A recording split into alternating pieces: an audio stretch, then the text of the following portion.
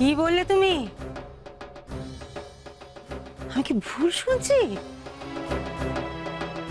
তুমি আমার তোর শাওরির কথার অবাধ্য হবে? এমন কথা এ বাড়িতে কেউ কখনো শুনেছে না বলেছে? আমি কি শুনছি ঘোষমশাই? খুব ভালো করে শুনে রাখো, তুমি আগে বাড়ির বড় বৌমা, আমার নিষেধের বউ। তুমি আমার সঙ্গে পুলিশগিরি দেখাচ্ছ, তোমার শাওরির সঙ্গে পুলিশগিরি দেখাচ্ছ তুমি।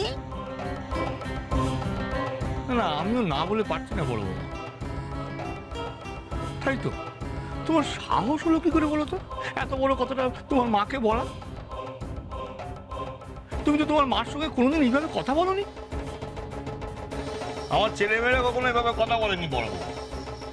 তোমার মা এবারই করতি, তার দিকে তাকিয়ে কি কথা বললে বলো দেখি তুমি?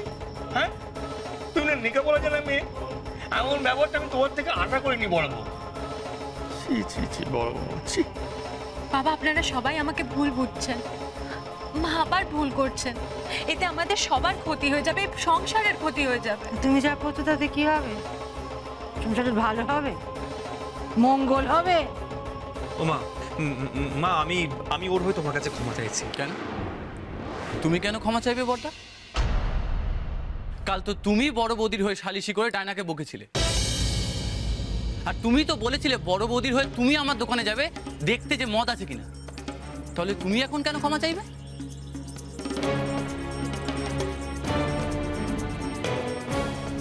ভাগ্যিস বাচ্চাগুলোকে পাঠিয়ে দিয়েছি, নাহলে এসব পাকা পাকা কথা শিখে রাজাটা রানীটাকে বলতো।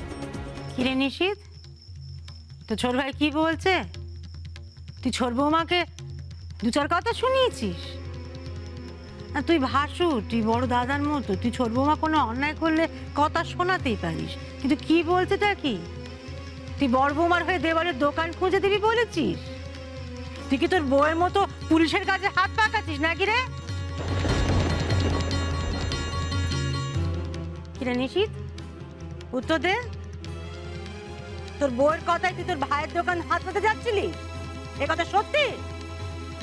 হ্যাঁ মা।